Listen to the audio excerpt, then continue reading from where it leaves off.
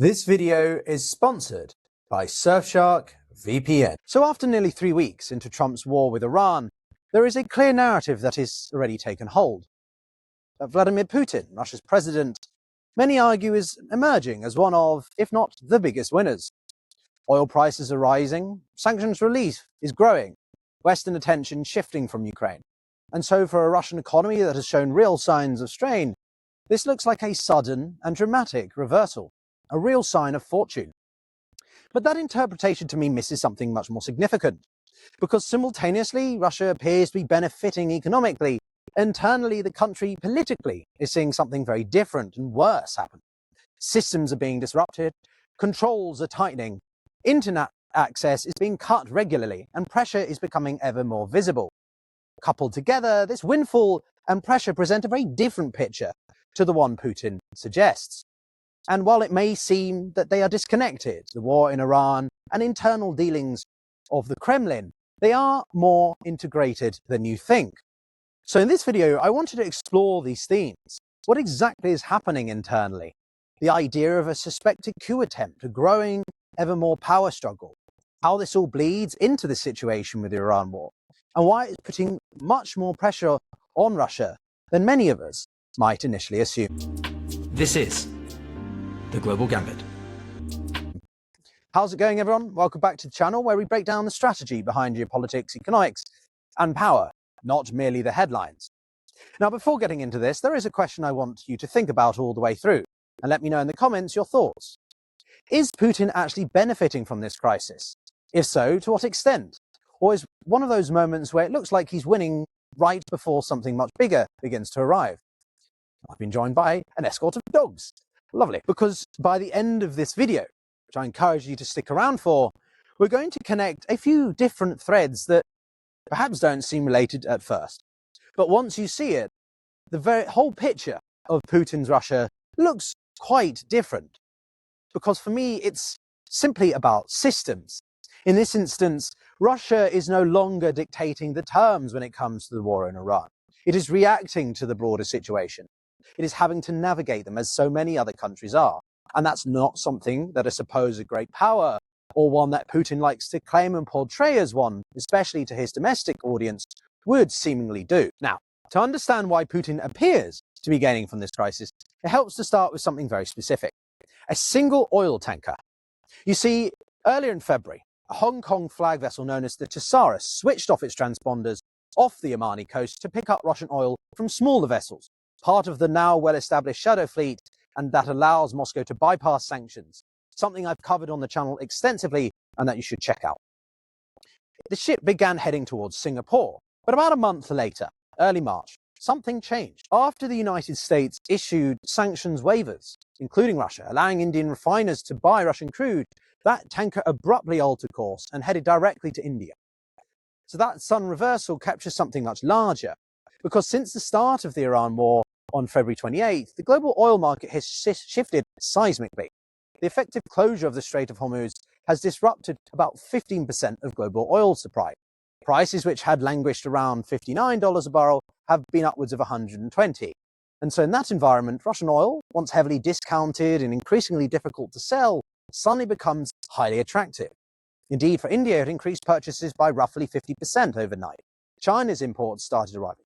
Cargoes that have been stuck at sea without buyers, around 120 million barrels, mind you, are being cleared incredibly quickly. Even more strikingly, Russian oil Urals crude, which for months traded at even higher discounts, is being sold at a premium to Brent oil. And so there's another layer.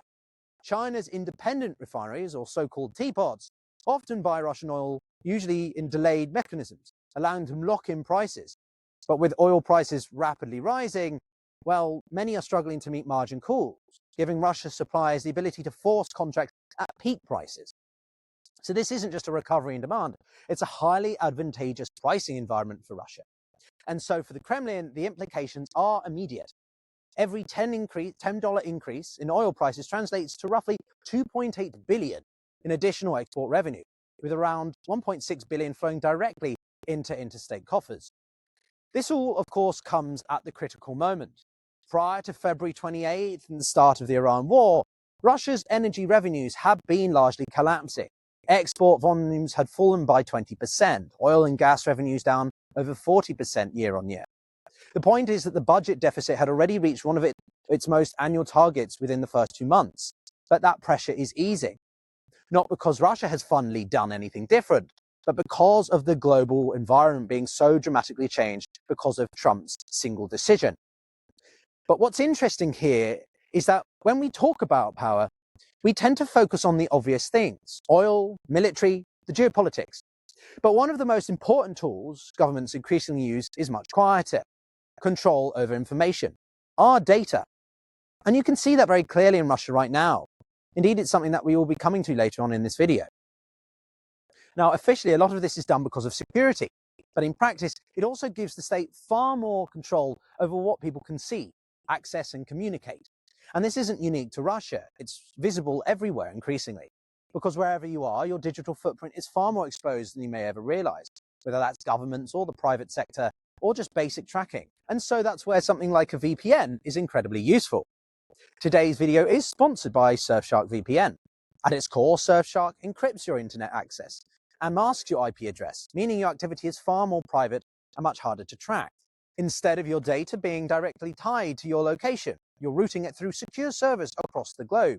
It allows you to access content that might otherwise be restricted, depending upon where you live, which, as you've seen, given how many backgrounds I have in this rather traveling podcast, is very useful. I use Surfshark often, especially on public Wi-Fi's when I have to tweak a video last minute. It runs in the background, works across unlimited devices, and you never really have to think about it. I never do. So go to surfshark.com/PyotrK or use code PyotrK at checkout to get 4 extra months off Surfshark VPN. It comes with a 30-day money-back guarantee, so there's no real downside to it. But with that, back to the economic conditions in Russia. Now, on the face of it, the benefits of these oil price gains for Moscow aren't just economic. The Iran war is shifting the broader strategic landscape in ways that favor Moscow. The US is heavily focused on the Middle East, and diplomatic bandwidth, military resources, and political attention are notably redirected.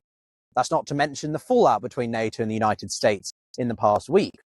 So efforts to push Russia towards negotiations over Ukraine lose urgency, and Ukraine itself risks slipping down the agenda. Crucially, the allocation of military resources is beginning to change.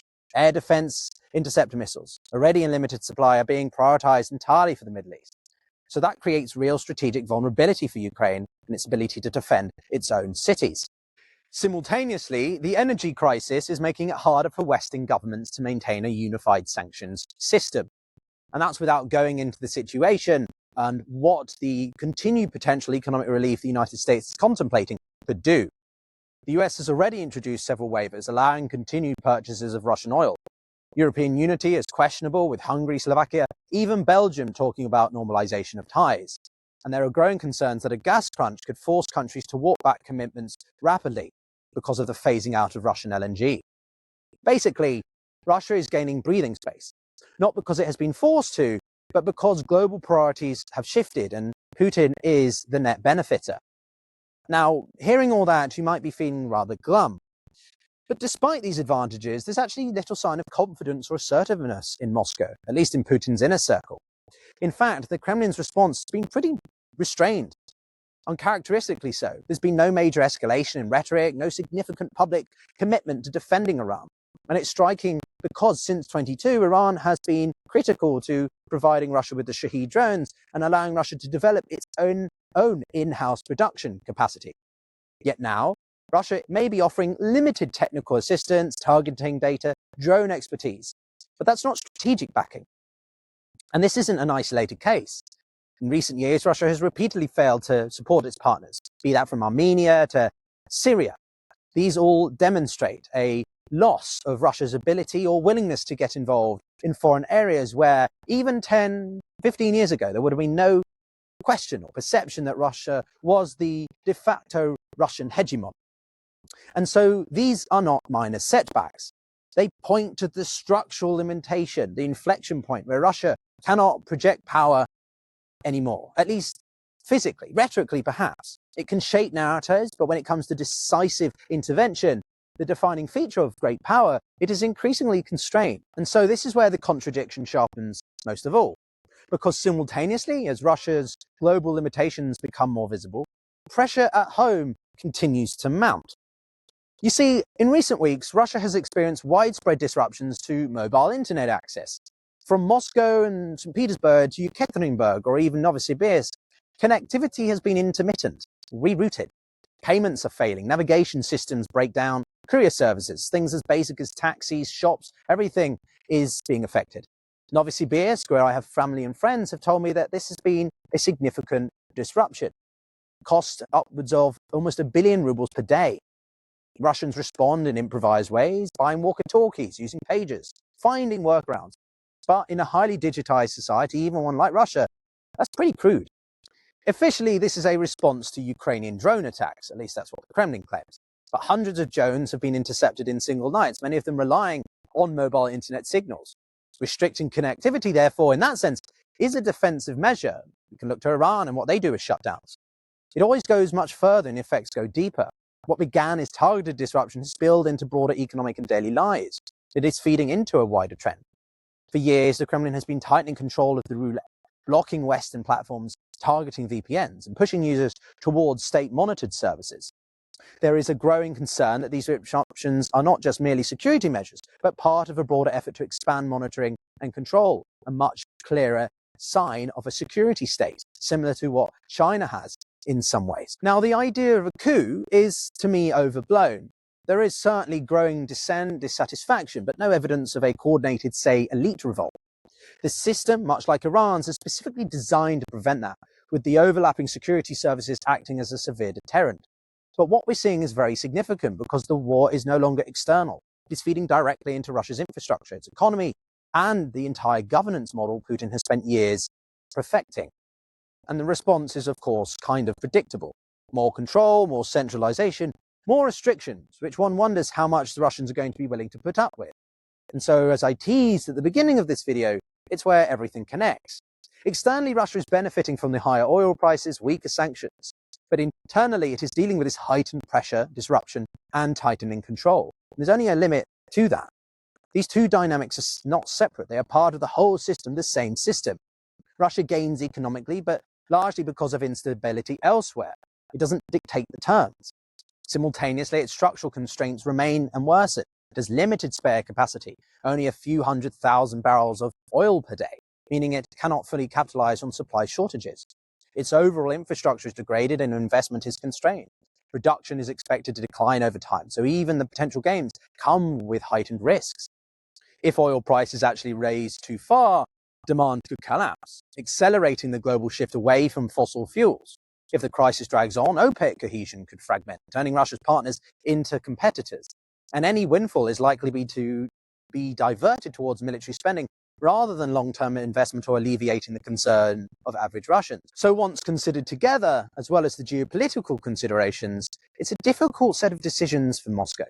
China may deepen energy ties, such as through the Power Siberia 2, but that's very much on its own terms. And while Europe may be forced to soften on energy, that would be reluctantly and critically temporarily. Russia's inability to support allies erodes its own credibility.